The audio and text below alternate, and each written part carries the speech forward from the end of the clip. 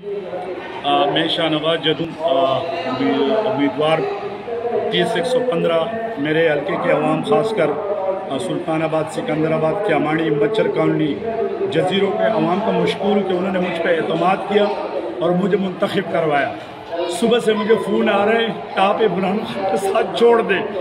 मैंने उनको कहा कि मैं किसी सूरत इमरान खान को नहीं छोड़ूंगा। कह रहे हम आपसे सीट ले लेंगे। मैंने कहा ऐसे हज़ारों सीटें इमरान खान पे कुर्बान, क्योंकि मुझे रात को रिजल्ट दिया गया फॉर्म 47, लेकिन मेरा सीट चेंज किया जा रहा है। मुझे कहते हैं कि पीपल्स पार्टी ज्वाइन करे, मुझे कहते हैं एमक्यूएम ज्वाइन करे, लेकिन मैं इमरान खान का साथी हूँ। मैं अपने वर्करों को का साथ हूँ जिन्होंने दिन रात मेरे लिए एक किया। उन्होंने मुझे इज्जत दी, मुझे मुंतखब करवाए हल्के के अवाम ने, लेकिन मुझ पे प्रेशर डाला जा रहा है कि आप इमरान खान का साथ छोड़ दें।